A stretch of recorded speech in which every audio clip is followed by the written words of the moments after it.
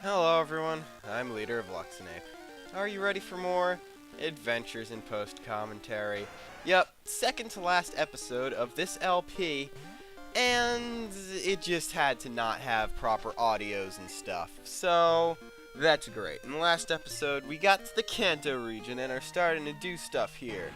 Now, as you saw, I was just right next to that part of the bridge, so gonna walk this way, and yeah. I'm really sorry this wasn't up like 4 days ago. I did have like 4 days free with absolutely nothing to do, but then I decided to be horribly sick so that I couldn't talk or record the next part of Pikmin 3 so that I could upload that instead of this today. And then, of course, after that I decided to get Earthbound on the Wii U Virtual Console, so that basically screwed 2 more days out. So, yeah. And as you can see here, Kanto has just as many tentacle as Johto did, which is great. And you're just going to go up here, talk to the guy. As the trainer, he will use a new Pokemon. This is going to be, I already saw it, it is Farfetch'd. No, the audio is not desynced. I can tell because I am all-powerful in my own special world, and you should be extremely scared about that. Yes, you should. So yeah, I'm kind of springing this on you quite a bit quickly, but indeed, Farfetch'd is a very weak normal flying type. Never really mentioned this. I didn't know how many episodes it was going to take until after I recorded this one, and I didn't get a chance to mention it within the episode because I didn't really realize until the end. But this is actually the second to last episode of this LP. I can't really say that it went by so fast because it really didn't. I mean, it didn't. It took me like, what, a year to finish this? Probably more. Yep, probably more. Yeah. Luckily, I have basically all of Pikmin 3. For those of you who are also watching Pikmin 3 Mission Mode, of course, I got a call from that guy. Those of you who are also watching Pikmin 3 Mission Mode, I have everything except one episode recorded, including all of Bingo Battle. But I did not get to record the final boss, which goes with the first episode of Bingo Battle. So, that's why I'm uploading this, plus the fact that it's also been like 2 weeks since I uploaded an episode of Silver, and this is the last one. So, TM22, which we just got, is Solar Beam. 100 power grass type move that takes 1 turn to charge up. Quite simple, but none of my team members can learn it. Yeah, this is going to be hard to think of enough stuff to say for like 30 minutes. Even I did speed up a lot of it. So, yeah. That one out of the 2 people watching this who decides to comment, if you've gotten Pokemon X/Y, how is it? Not really much else to say, but this was recorded before I got X, which is my main game of the 2. But the finale was recorded after, and all of Pikmin 3 was recorded after. So if you mention my different talkings about it, thinking of my different talking about it in throughout the different parts of this LP, I'm going to mention owning X and Y, I think, in the last episode. So yeah, going up this way, my Pokemon were kind of run down like a lot. I don't even remember if there's Ponyta. It's a wild fire type, very fast. These are actually very great Pokemon to have on your team, especially once they evolve. However, they're not really. It's a terrible idea to get one in the last route of the game. So, yeah, I like that in Heart Gold and Soul Silver, because you could use the Pokewalker and you could catch one even before you beat Faulkner. So, I used one and it was probably my best team member. So, going to the rest stop, since my Pokemon are still run ragged, I really only went down to get the item and battle a couple other trainers. And alright.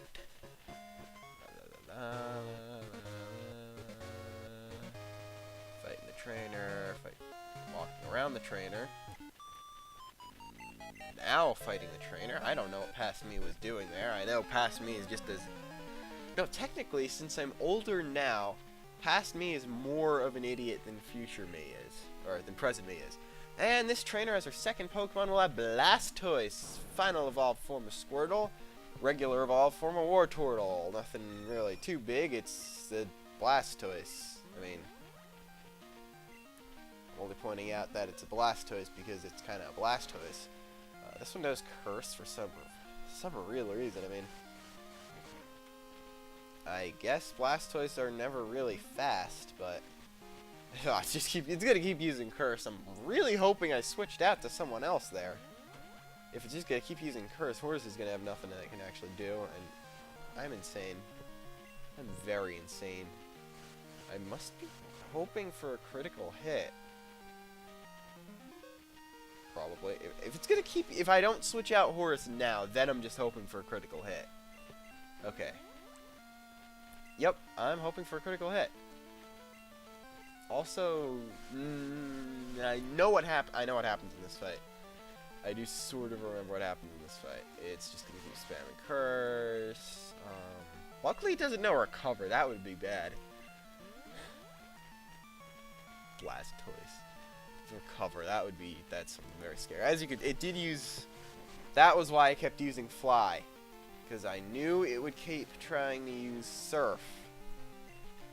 Every turn Horus would be in the air after the Rain Dance had powered up Water type moves. I think at one point I was contemplating switching out to Sobek too, since it could Surf back. Yeah, this is what Rainy Surf will do to Horus, who's 2 levels above. Also, by HP bar. Somehow Horus managed to survive that. Now I am still an idiot. Nope. Now I'm thinking. Now I'm switching out to Sobek, who I think I'm planning on getting defeated. Let's see. I know I sent Sobek out, so it'd be bulky water and resist this. Even so, that should still do a good amount of HP. Ultimate water starter to ultimate water starter. Rain continues to fall, so I will not use Surf. I know as a fact I'm using Iron Tail, hoping it hits the first time, then misses the rest. Or hits twice or something. And its defense fell, which kind of negates part of the curse. Surf is a special type, so it didn't really have a need to raise its attack all those times. Then the rain stopped. Contemplating whether or not to use Surf. Using Ice Punch. Guess going for the freeze? I don't know why I didn't flat out KO it here. I probably should have. It would have still given Horus enough EXP. I don't know. I'm just... past me. Not really one of the smart ones. Alright, yep. Definitely going for Sobek to get defeated here. If I use Whirlpool has like 85% accuracy, which for me means it's just going to miss every time. That happens. See, missed twice in a row. 2 Surfs, this is going to be enough to take Sobek. Yeah, I'll even. I'm just kind of using the sacrificial strategy so Horus gets all the EXP from this fight. See, it has to do the 1 HP thing, too. And I missed the Whirlpool 3 times in a row. There's probably only a very small % chance of missing 3 times in a row. But, you know. That 1 HP. And then, as soon as this is over, I am going to go back to the thing. It's going to be a cut moment. Going back to the Healy House, because there's 2 more trainers before we can enter Victory Road, which I probably mentioned in the previous episode, and it's a Pokemon game. You can't really yell at me for spoiling that there's a Victory Road in it, so... that tree has an Ice Berry. See? I can predict these things before they actually happen, because I've literally just been editing the video. I understand why some people do post-commentary now. It's kind of funny. But I still like live commentary. You know, I mentioned before that I just had recently got Earthbound, the Wii U Virtual Console. I was thinking of doing... here's Victreebel. It is the final evolved form of Bellsprout. It is a grass poison type. You get it by using a leaf stone on Weepinbell. Victreebel, as you will see, has extraordinarily low max HP that I never understood. So anyway, I was originally planning on just a bit of a hint for those of you who actually care. I was originally planning on doing a blind LP of Earthbound alongside my main 4th LP, which is not Pikmin 3, since it's not the story mode of Pikmin 3, which is the main part of Pikmin 3, and I'm going to just do one of those sentences that involve saying Pikmin 3 a lot, like I did in the Let's Play of all the Pikmin 3 that's not actually Pikmin 3. That's not my real 4th LP. There goes King Lurval from Krabby.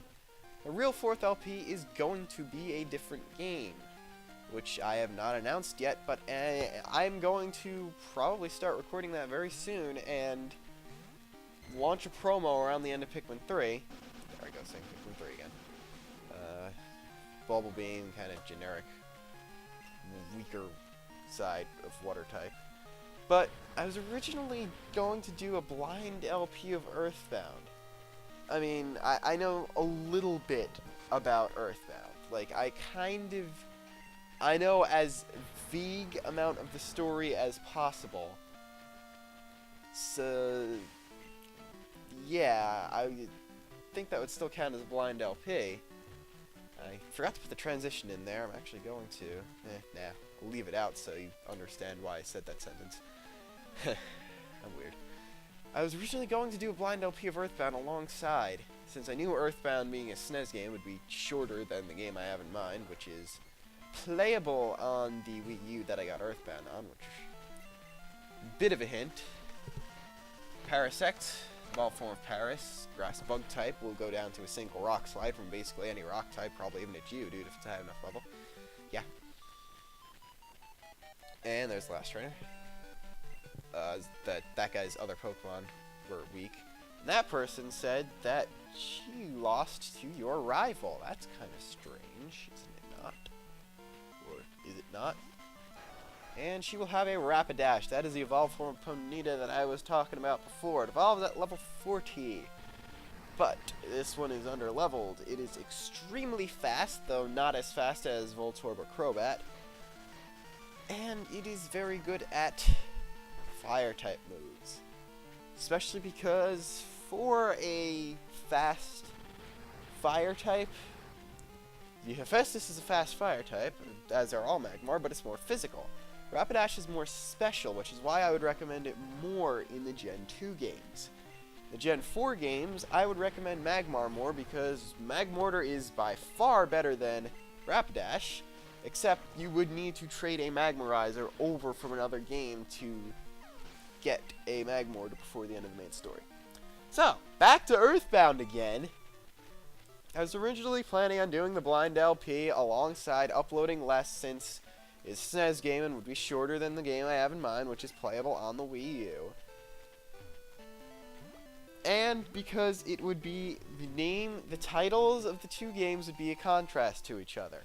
That's my little hint as to what the LP is going to be, because Earthbound, think what would contrast Earthbound. Now, as we go into Victory Road, Pokemon League Reception Gate,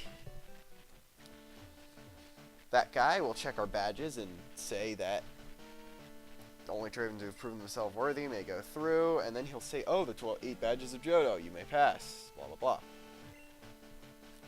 And then I just started playing it because I couldn't help myself, and now I love the game. I finished a third of it already. Guide of the West will block you from going to Mount Silver, which is supposed to have ridiculously strong. The other guy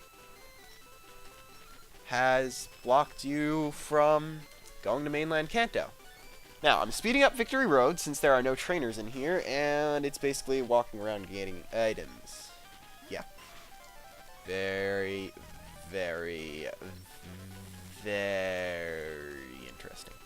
So I'm walking to avoid the encounters. There are 2 items just sitting there right next to each other for some reason. That one is a full heal. I don't know why I need to talk faster because of the speed up. And that one is a max revive. Max revive is good. I don't think it's helping me out, gonna help me out at all with Elite Four. But yeah. That was a hidden item check, I'm assuming. I don't know why I didn't have the... Victory Roads is that you can find Donphan, Volform, Phanpy. Somewhat brawny ground type. I don't really find any use for it. You're going to see me checking for hidden items a lot throughout this recording, but I never really seem to find any.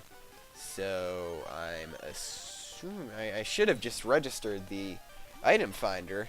I mean, that would make the most sense, but, you know. Yeah. Not like you're gonna need a bike since the Pokemon Leagues are always in buildings. So you're not gonna really need the bike for the rest of the game since after Victory Road is a Pokemon League. I mean, there you get an X special in Victory Road. I don't know why that is there. And there's your Graveler, because what would Victory Roads be without Graveler? I mean, even the Kalos Victory Road has Graveler in it. And this is Kalos, as in each route has 20 Pokemon, 15 of which are exclusive to that route. But they still put Graveler in Victory Road. Found Onix. Here they are significantly higher level than any other Onix. They're also, I believe, reach up to level 38. And as you saw, that one was 2 levels above Hephaestus and would have been 1 above Sobek. But they're, of course, the highest level Pokemon are worth the lowest amount of EXP. Doing that will let you go down to there, and will get you an item that you wouldn't have been able to get before. That item is a full restore that I'm going to buy. Probably, I think you'll start seeing at the beginning of the finale. I think I show you the extra items that I bought and stuff, and the new levels that I get, because I'm gonna have trained up a huge amount. Like, that voice crack was necessary. I will have trained up a huge amount. Like, everybody's basically 50. Level 50. Like, look at the level of Hephaestus, which is tied for weakest. Falling down that hole, you can get TM26. I'm going to check that TM. I know what TM it is. That is Earthquake. It is Earthquake. There's really not much else to say about Earthquake. So I'm teaching abridged Earthquake there. So, yeah. Everybody has 15 levels to grow, or 16. And Hydra, as I've been mentioning so much, evolves level 55. Now, I do have 3 rare candies on me now. I will, before the Elite Four, I will not, okay, saving here and cutting back to normal speed. I'll talk about that later, because when you walk up here, exclamation point, mysterious stranger shady pants. Hold it. Yeah, hold it past me. I mean, press A past me. Past me? Are you going to take this Pokemon League challenge? Don't make me laugh. You're so much weaker than I am. Not like I was before.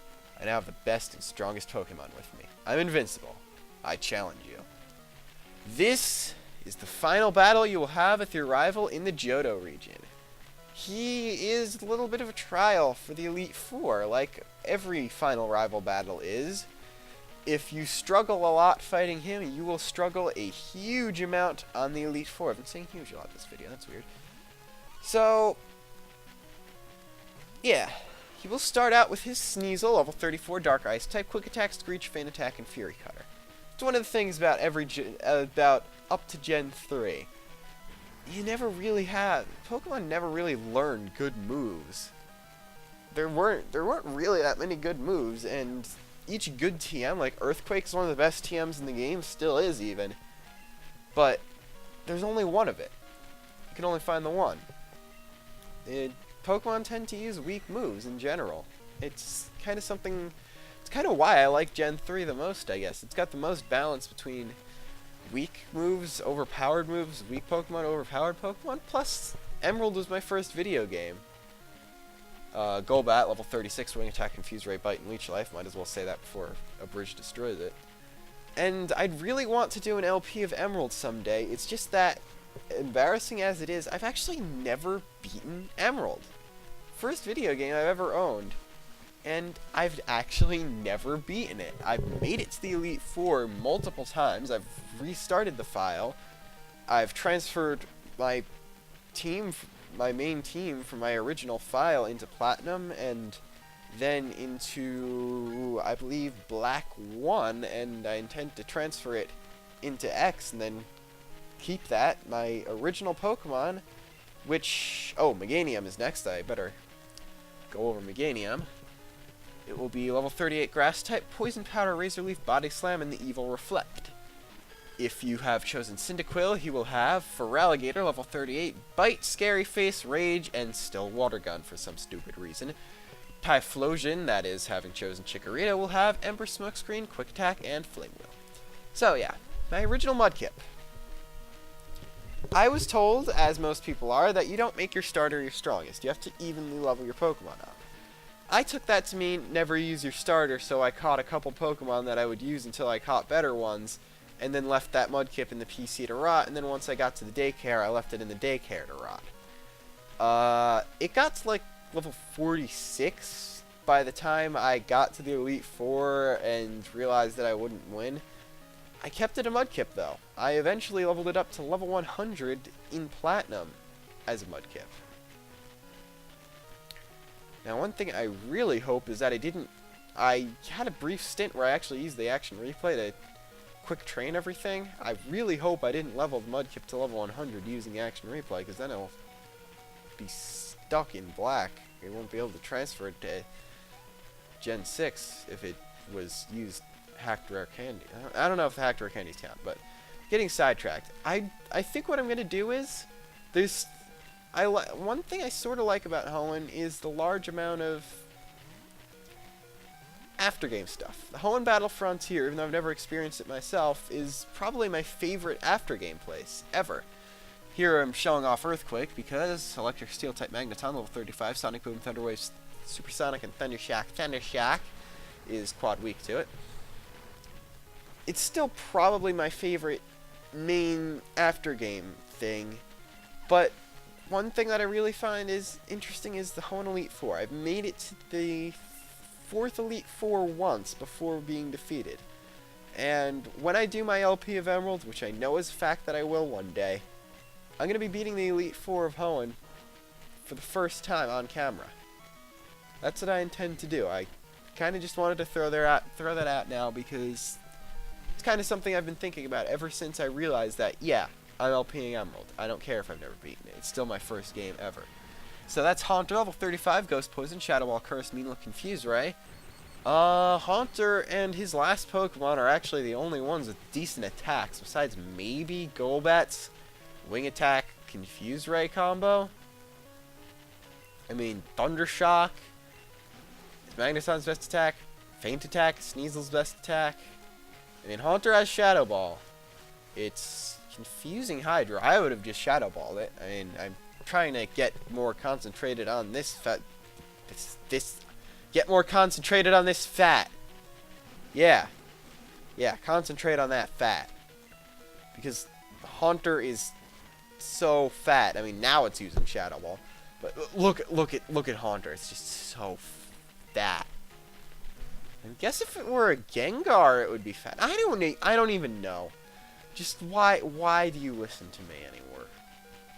I don't need to ask that. There's maybe one of you listening to me. I don't know. It's not even that I have low self-esteem for my videos. It's just that I've come to expect getting 2 views now. Okay, so his last Pokemon will be Kadabra. Neither Haunter nor Kadabra have evolved, presumably because he couldn't find anyone to trade them with to evolve them. And his Golbat hasn't evolved into Crobat either, presumably because he does not treat it with any friendship. So I'm actually using the full restore I just got to bring Horus fully healed. I have no idea why I'm doing that. But Kadabra has level 35 Psychic type, Recover, Future Sight, Disable, and Psybeam. Future Sight is probably the attack you're going to have to worry about most in this fight. It will spam it even though it's already set a Future Sight up. I would go Future Sight Recover, Future Sight Psybeam, Future Sight Disable, kind of rack up the extra stuff. Oh, I know why. Horus will now evolve from this fight. That was the intention, to get Horus to level 36, so it would evolve from the last rival fight. Like Sobek evolved to its final form from the last Team Rocket fight, and Thor didn't really evolve spectacularly, but Sobek and Horus, they were the guys that I beat the first gym with. So your rival will finally start to understand what Lance told him about treating his Pokemon well, and here we go. That's Zelda. I'm really off sync with the game audio because I can't hear it while I'm commentating. And Horus evolved into Pidgeot. So instead of getting KO'd every other battle, Horus is actually going to be very useful going into the Elite Four. I can't make that into a pun. So he's just going to still say he's going to win and go stronger, and then he's going to leave and kind of reverse encourage you to beat the Elite Four. But the main thing that I did not mention because I was too busy being all deep and stuff, which I'll say after Indigo Plateau. Ultimate goal for trainers. Pokemon League HQ! So, the main thing about the fact that there's no trainers in Victory Road, even though it's the same Victory Road in Gen 1 and there weren't any, and there were trainers in Gen 1 Victory Road, is because your rival actually beat them already. Even though some of them could have probably beaten him, like the Parasect guy had 3 Pokemon, one of the others, I think the Victreebel guy had 3 Pokemon, and he Poison type probably would have been able to take out Meganium easy. I don't know. So, in the next episode of this LP, which is the same thing as the last episode of this LP, I am talking ultra formally here, I will have trained up a lot for the battle to come. I will be ready. I will have items, and I will have Pokemon.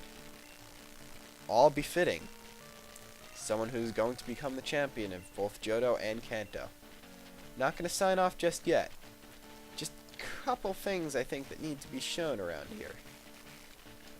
This guy that I talked to with the thing that sort of looks like a cross between Magmar and Mr. Mime, that's somehow an Abra, don't ask me. He will actually teleport you home. You will end up right next to your house in New Barktown. But we already left home for the final time. Until then, I'm Leader of Luxinape, signing off. Next time, we begin.